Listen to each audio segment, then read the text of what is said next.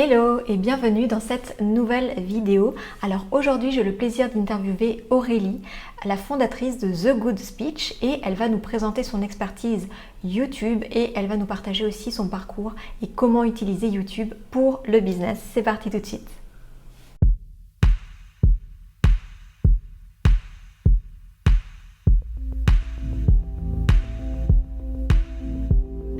Hello Aurélie. Salut, Comment tu vas? super bien. Écoute, juste un petit peu de mal de gorge, mais ça va aller, ça va le faire. Bon, top. Écoute, en tout cas, je te remercie parce que on va préciser rapidement que c'est la deuxième fois qu'on fait cette interview aujourd'hui. J'avais eu un petit souci technique la première fois, donc tu as proposé gentiment de refaire l'interview, donc merci. Génial. Donc merci encore Aurélie. Donc voilà, du coup, peut-être on va commencer par une petite présentation, si tu veux bien. Très bien, alors, très bien. Je m'appelle Aurélie, je suis la fondatrice de The Good Pitch. Et depuis 3 ans, j'accompagne les entrepreneurs et en particulier les coachs, les consultants, les prestataires de services et thérapeutes à utiliser le pouvoir de la vidéo et de YouTube afin de développer leur entreprise. Et tout ça en direct de Los Angeles. Génial. C'est vrai que déjà la dernière fois, tu nous avais fait rêver. Et là, c'est reparti. Génial, génial. Et alors du coup, voilà, dans l'interview, souvent, je pose la question aux entrepreneurs par rapport à leur parcours et surtout, on a toutes eu des moments où il a fallu faire preuve d'audace. Et pour toi, comment ça s'est passé, ton parcours entrepreneurial? Alors, mon parcours et comment j'en suis arrivée à monter The Good Speech. Alors, je vais pas tout raconter, bien sûr, mais juste pour vous expliquer d'où je viens. Moi, j'ai un master en marketing et communication. Donc, depuis toujours, j'ai aimé ce domaine-là. Et j'ai travaillé une dizaine d'années en entreprise, en France et aux États-Unis, aussi en marketing, en communication, en commercial. Et à un moment donné, on habitait à Los Angeles et mon entreprise a décidé de se réorganiser et mon poste a complètement sauté. Donc du jour au lendemain, j'ai perdu mon poste. Et au même moment, il y a mon mari qui a eu une opportunité de travail qui nous demandait de déménager à Sacramento, donc près de San Francisco. Et c'est à ce moment-là où j'ai eu la réflexion de me dire, est-ce que je repostule tout simplement dans un emploi salarié? Et je savais que c'était relativement simple d'en trouver un. On peut le perdre très facilement aux États-Unis, mais avec l'expérience que j'avais, je sais que je pouvais en retrouver un facilement. Ou alors, est-ce que je me lançais et je me mettais à mon compte? Ce qui n'était pas quelque chose en soi que j'avais voulu jusqu'à présent, même si je venais d'une famille d'entrepreneurs. Mais je me suis dit, déjà, ça m'avait un peu refroidi quand même de se faire sauter son poste comme ça, alors que ça se passait très bien et que 2 jours avant, on vous donne des félicitations. Je l'avais quand même un petit peu en travers, faut bien se le dire. Et je me disais, autant que je partage mes compétences à mon compte. Et donc, c'est comme ça que je me suis lancée et décidée de mettre à mon compte. Mais tu demandais quelque chose d'un peu audacieux. Moi, je pense que ce qui a été le plus audacieux, si on peut appeler ça comme ça a été de me dire, je vais me lancer, mais je vais pas le faire toute seule parce que déjà, je suis pas sûre exactement de ce que je veux faire.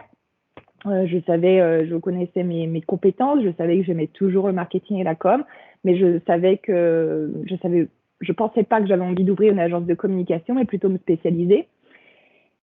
Et donc, c'est comme ça que j'ai tout de suite investi dans un accompagnement avant de gagner de l'argent avec The Good Pitch, avant de le lancer, et un accompagnement pour me permettre de à la fois trouver mon projet, quelque chose qui me ressemble bien, et ensuite jusqu'à trouver mes premiers clients. Je me suis fait accompagner, donc j'ai tout de suite mis quelques milliers de dollars dans un premier accompagnement.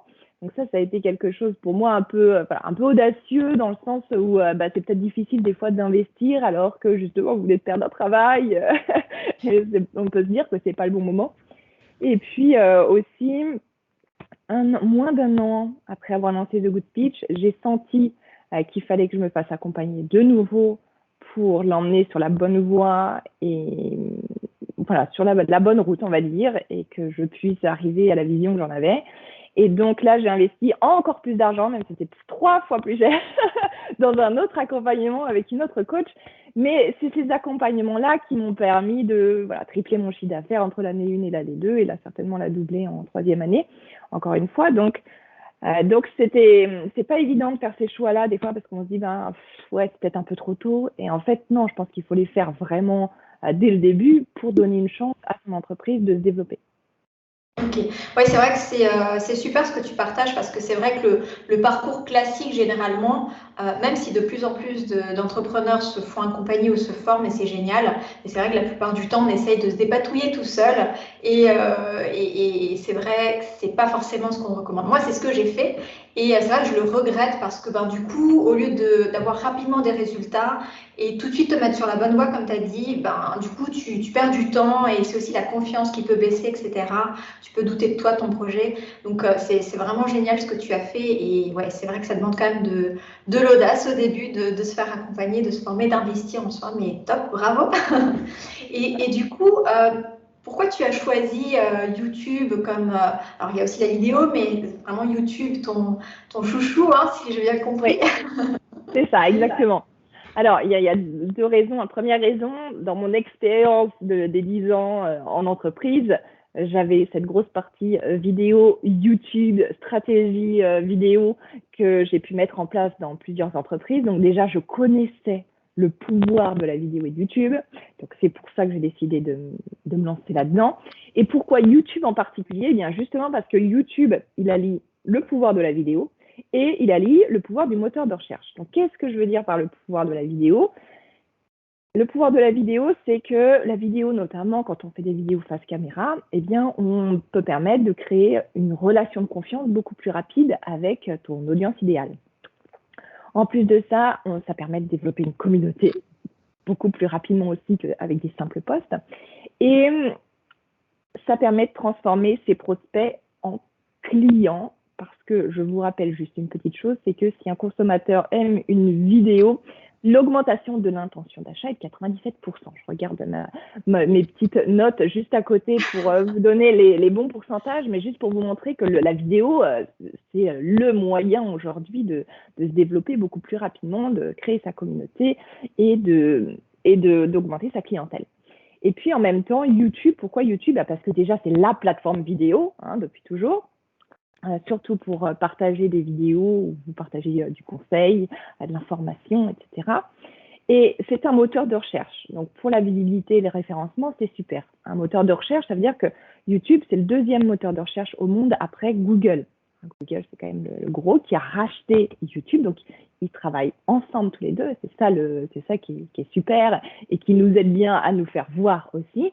Donc, si vous faites des vidéos YouTube, en plus de ça, vos vidéos peuvent arriver dans le moteur de recherche Google. Vous savez, quand vous faites une recherche Google, vous avez toujours les vidéos qui arrivent en premier et puis ensuite les blogs, les sites Internet.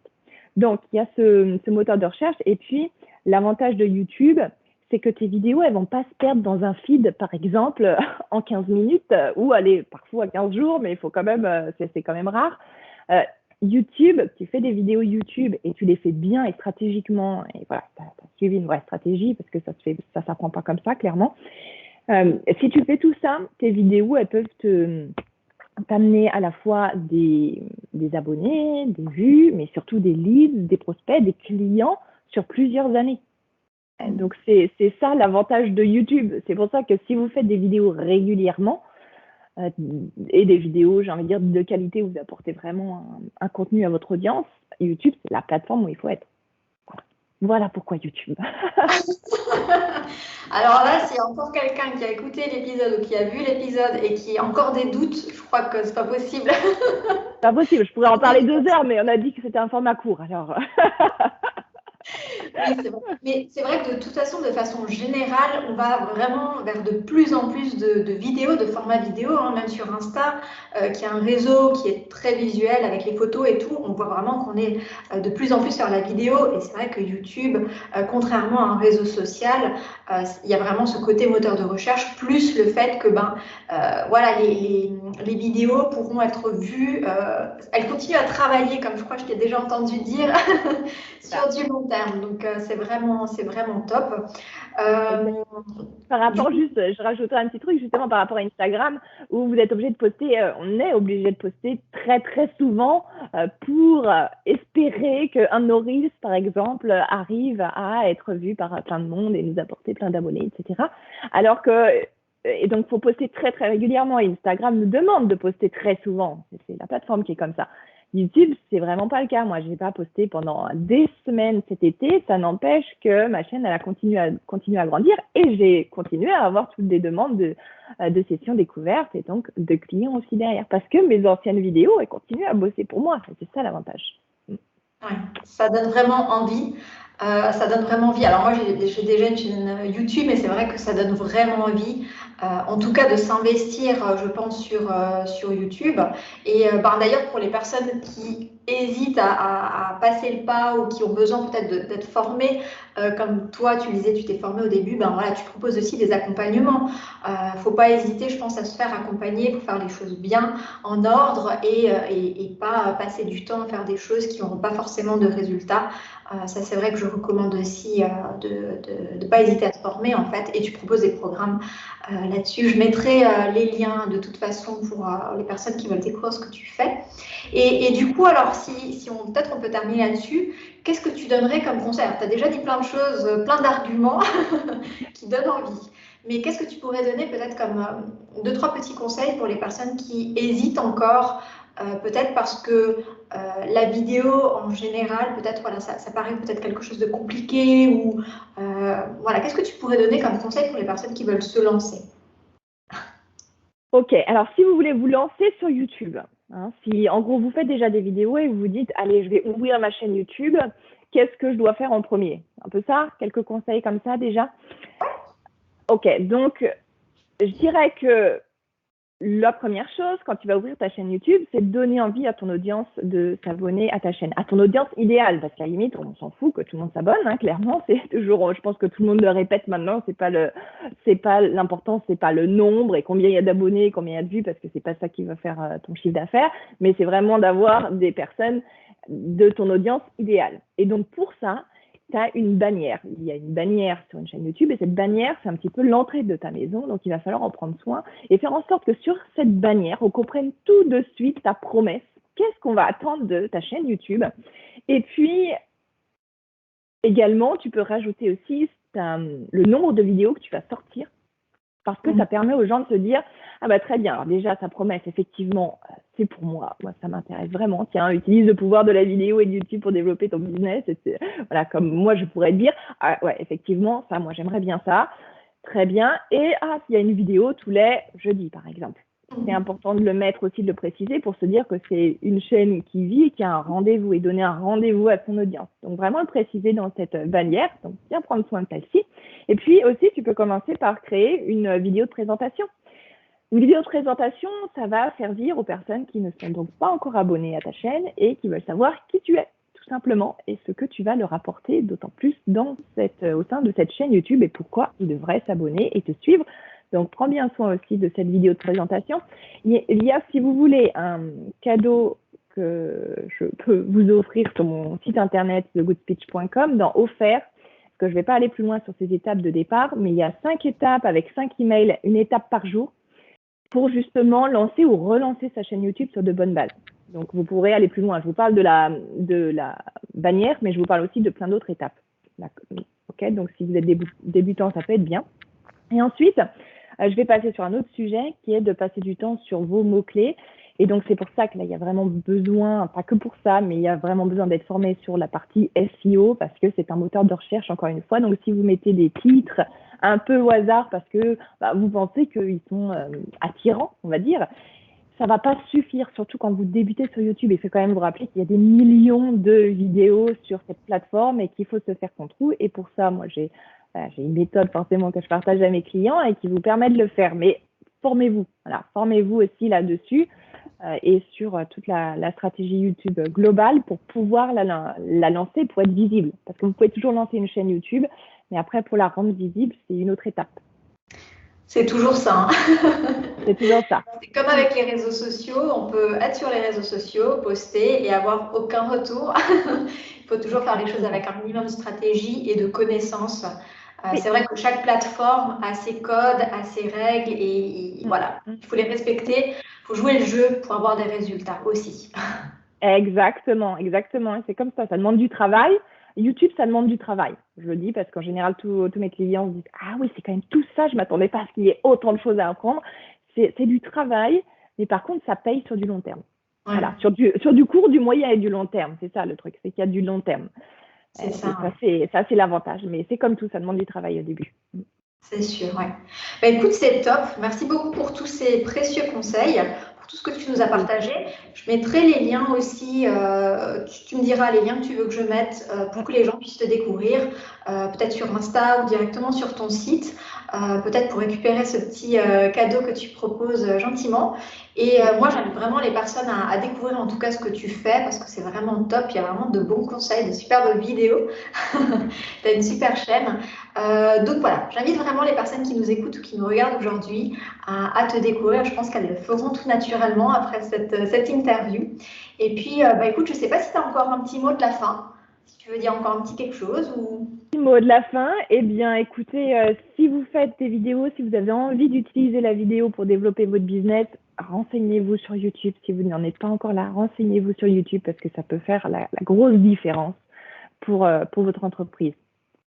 Top. Génial. Bon, écoute, je pense qu'on est convaincus. Là, c'est bon.